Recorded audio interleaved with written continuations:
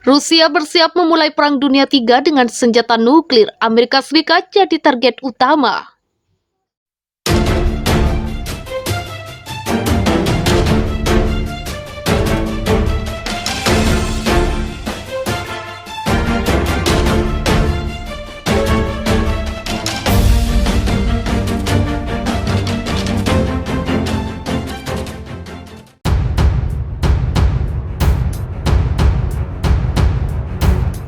Perang Dunia III dengan menggunakan senjata nuklir kini bukan hanya jadi ungkapan belaka.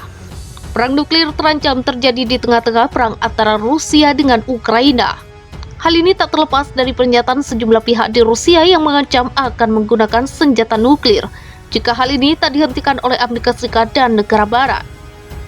Penyebabnya lantaran Amerika Serikat dan negara Barat masih ikut campur urusan Rusia di Ukraina. Terlebih negara Barat mengirimkan sejumlah bantuan berupa persenjataan. Bantuan dari Barat untuk Ukraina terus bertambah meski Presiden Rusia Vladimir Putin telah memperingatkan soal konflik berkepanjangan yang akan terjadi. Kemudian presenter televisi Rusia Vladimir Solovyov memperingatkan bahwa ancaman perang nuklir dapat terjadi menyusul banyaknya bantuan yang diberikan Barat pada Ukraina. Kita sedang menghadapi halaman berdarah sejarah dunia karena perang nuklir akan segera terjadi. Semuanya bergerak ke arah itu. Saya harap kita akan hidup melalui ini, katanya di saluran Rusia 1, dikutip dari Express. Dilansir dari tribunnews.com berjudul "Pendukung Putin beri ancaman sebut perang nuklir akan terjadi. Kesal Barat terus bantu Ukraina." Menurutnya, jika bantuan Barat untuk Ukraina terus berkembang, ia menyebut hanya muatan yang bisa bertahan. Sebab sisanya akan hancur dalam serangan nuklir. Jika semuanya terus berkembang seperti itu, hanya beberapa muatan di Danau Baikal yang akan bertahan. Sisanya akan dihancurkan dalam serangan nuklir besar-besaran. Karena jika NATO memutuskan mereka dapat menempatkan apapun yang mereka inginkan di perbatasan kami, mereka akan mengirim lebih banyak senjata Amerika ke Ukraina. Ukraina akan menembak dan akhirnya mengenai salah satu pembangkit listrik tenaga nuklir kami, ujarnya. Bahkan presenter yang juga dikenal sebagai suara Putin itu mengungkapkan pernyataan yang membuat takut. Prosesnya akan dengan cepat menjadi tidak terkendali. Semua orang akan mendapatkan apa yang mereka minta, bang, dan tidak ada yang tersisa, tuturnya. Panelis Vitaly Tretyakov, seorang analis politik, juga menimpali dengan pesan yang membingungkan. Ya, kita harus bahagia kecuali orang-orang muda mungkin tidak berbagi definisi kebahagiaan ini.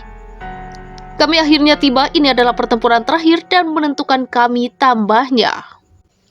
Seperti diketahui, Presiden Rusia telah menggunakan ancaman perang nuklir sejak awal konflik pada Februari.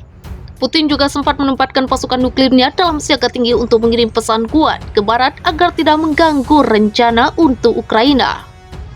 Di sisi lain, Presiden Ukraina Volodymyr Zelensky menggunakan akhir pekan Platinum Jubilee untuk berterima kasih kepada Ratu dan bangsanya atas dukungannya terhadap Ukraina selama konflik.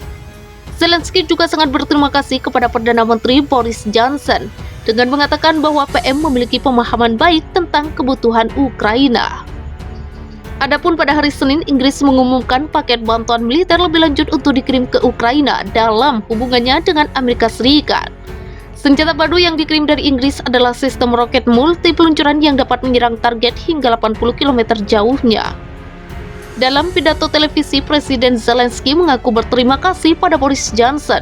Saya berterima kasih kepada Perdana Menteri Boris Johnson atas pemahaman penuh atas tuntutan dan kesiapan kami untuk memberikan Ukraina senjata yang sangat dibutuhkan untuk melindungi kehidupan rakyat kami. Kekhawatiran senjata untuk Ukraina disalahgunakan. Baru-baru ini, Interpol memperkirakan ada peningkatan perdagangan senjata ilegal setelah konflik yang terjadi di Ukraina. Peningkatan tersebut terjadi di Balkan dan Afrika, di mana terdapat kekacauan yang dipicu oleh banyak senjata yang disalahgunakan oleh kelompok kejahatan terorganisir. Oleh karena itu, polisi Swedia mencurigai senjata Barat yang dikirim ke Ukraina mungkin berakhir di tangan geng kriminal di Swedia.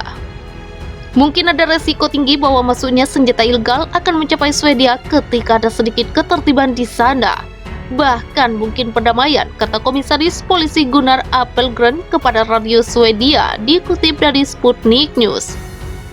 Sejauh ini senjata dibutuhkan karena perang, tetapi dalam situasi damai, kamu tidak lagi membutuhkan banyak senjata dan kemudian ada bangunan ilegal yang keluar untuk menghasilkan uang, ujar Gunnar Applirgren. Menurut radio Swedia, dalam gelombang penembakan massal yang terjadi baru-baru ini di seluruh Swedia, senjata dari perang di bekas Yugoslavia itu telah digunakan di sebagian besar kasus. Banyak senjata otomatis seperti AK-47 yaitu Kalashnikov datang. Beberapa tahun yang lalu granat tangan juga tiba dengan muatan yang sama. Mereka datang dengan kendaraan dan bus, jelas Gunnar Applirgren. Sebelumnya kecurigaan serupa juga telah disampaikan oleh Interpol. Sekretaris Jenderal Interpol Jurgen Stock sempat mengatakan ia tidak ragu bahwa perdagangan senjata ilegal akan meningkat setelah konflik di Ukraina berakhir.